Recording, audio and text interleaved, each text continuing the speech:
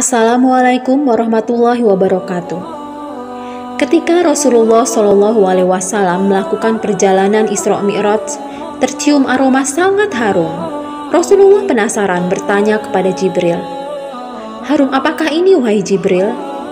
Malaikat Jibril menjawab, "Itu adalah wangi dari kuburan seorang wanita solehah bernama Siti Masyidah dan anak-anaknya."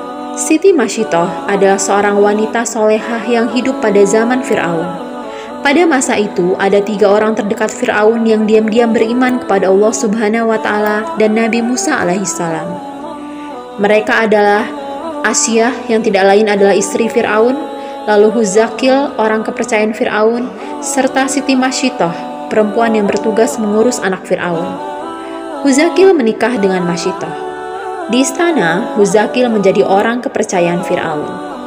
Suatu hari, terjadi perdebatan antara Huzakil dengan Fir'aun terkait hukuman kepada ahli sihir yang beriman kepada Nabi Musa alaihissalam.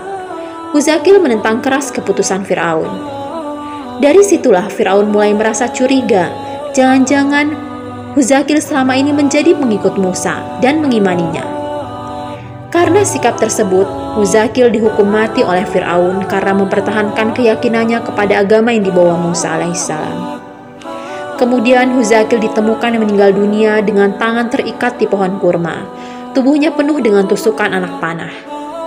Tentu saja Masyidah sebagai istri merasa sangat sedih melihat kondisi sang suami yang dibunuh dengan cara menggenaskan. Namun ia memilih untuk bersabar. Sepeninggal suaminya, Masyidah tetap bekerja seperti biasa, yakni mengasuh putri Fir'aun.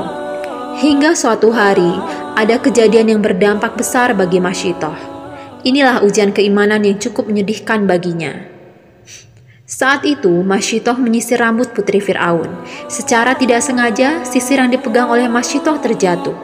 Spontan terucap kalimat, "Bismillah," dari lisan Masyidah. Hal itu membuat anak Fir'aun terkejut. "Apakah ucapan yang kamu maksud adalah ayahku?" tanya anak Fir'aun. Siti Masyidah dengan berani berkata, "Ucapan itu bukan ditujukan untuk ayahmu, melainkan kepada Tuhan yang sesungguhnya, yaitu Allah, karena tiada Tuhan selain Allah."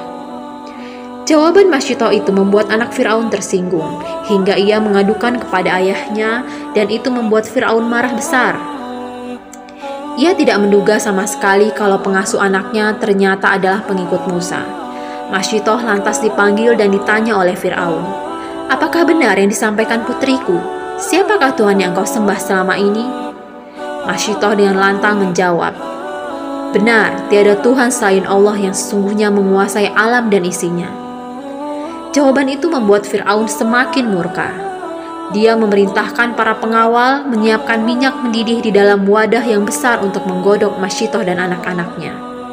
Hukuman ini dipertontonkan di depan masyarakat luas sebagai pelajaran agar masyarakat tidak berani membangkang Fir'aun. Fir'aun memerintahkan melemparkan anak Masyidah satu persatu di hadapan ibunya. Masyidah tentu saja hanya bisa memandang dengan tangisan. Hingga anaknya yang terakhir hendak dimasukkan ke dalam penggorengan raksasa itu, Masyidah sempat ragu, karena Masyidah dibenturkan dengan nalurinya sebagai ibu. Namun Allah menguatkan Masyidah melalui kekuasaannya. Bayi yang masih menyusu itu tiba-tiba bisa berbicara. Hal ini dikisahkan dalam sebuah hadis riwayat Ahmad.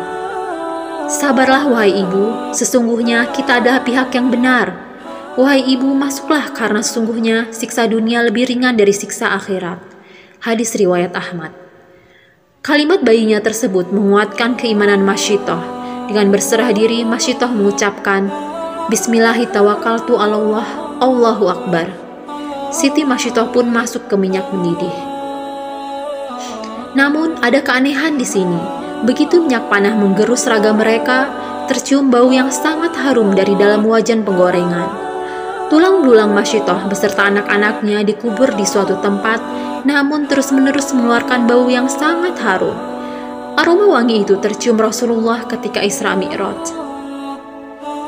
Itulah kuburan Masyidah bersama anak-anaknya. Wallahu a'lam bishawab. Wassalamualaikum warahmatullahi wabarakatuh.